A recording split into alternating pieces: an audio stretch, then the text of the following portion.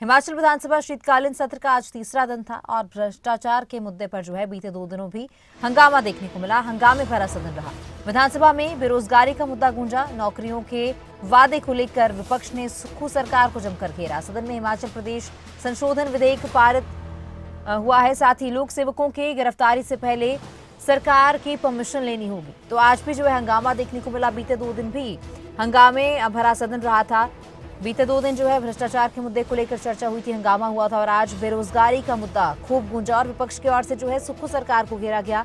कहा कि सुक्खू सरकार की ओर से सत्ता में आने से पहले तमाम बड़े दावे किए गए थे, लेकिन जो दावे प्रदेश की जनता से किए थे वो पूरे नहीं किए गए। तो बेरोजगारी के मुद्दे को लेकर विपक्ष लगातार सरकार पर हमलावर है। नौकरियों के वादे को लेकर विपक्ष ने सुक्खू सरकार को घेरा है।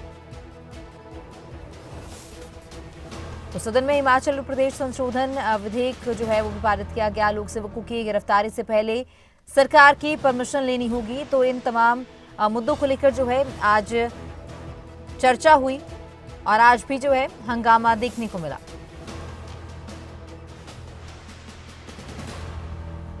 तो आज भी हिमाचल विधानसभा शीतकालीन सत्र का तीसरा दिन था। आज भी खूब हंगामा हुआ। विपक्ष की ओर से सरकार को कई मुद्दों को लेकर घेरा गया।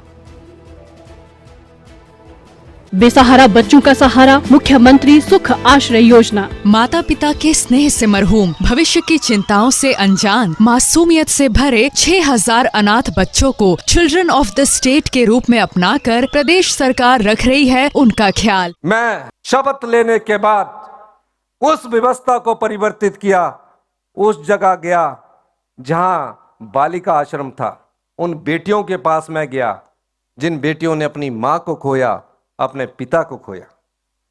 उन बेटियों ने मुझसे कोई मांग नहीं की। उनके हॉस्टल में गया, उनके खाने की रसोई में गया।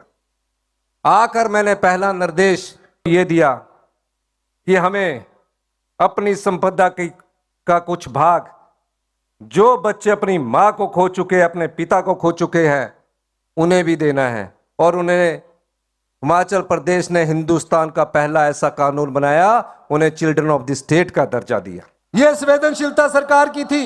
हिमाचल प्रदेश सरकार ने महत्वाकांक्षी मुख्यमंत्री सुखाश्रय योजना को किया विस्तार प्रदान। जैविक माता पिता या दत्तक माता पिता और अभिभावकों द्वारा परित्यक्त बच्चों को भी मिलेगा अब योजना का लाभ। विस्तारित योजना के तहत बाल कल्याण समितियां पात्र बच्चों को जारी करेगी प्रमाण पत्र। योजना के तहत बच्चों को 27 वर्ष की आयु तक पढ़ाई के खर्च के साथ साथ प्रदेश सरकार जेब खर्च के लिए हर महीने दे रही है 4000 रूपए की धनराशि। युवा निराश्रितों को स्टार्टअप शुरू करने के लिए मिल रहे हैं 2 लाख रुपए, घर बनाने के लिए 3 लाख रुपए और विवाह के लिए 2 लाख रुपए की दी जा रही है वित्तीय सहायता। आशा की किरण बनकर आई मुख्यमंत्री सुखाश्रय योजना अब बच्चों के जीवन को उजाले से भर रही है। सूचना एवं जनसंपर्क विभाग हिमाचल प्रदेश सरकार द्वारा जनहित में जारी।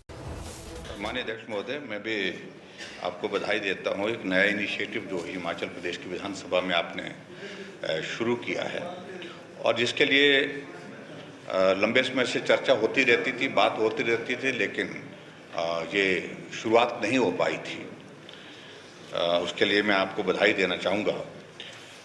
और मैं इस बात को लेकर के मैं ज़रूर कहना चाहूँगा कि ये जो शून्यकाल इंट्रोड्यूस किया है और उसमें माननीय सदस्य जो है अपनी बात रख रहे हैं, तो इसमें थोड़ा आप प्रकाश डालें कि व्यवस्था क्या रहेगी।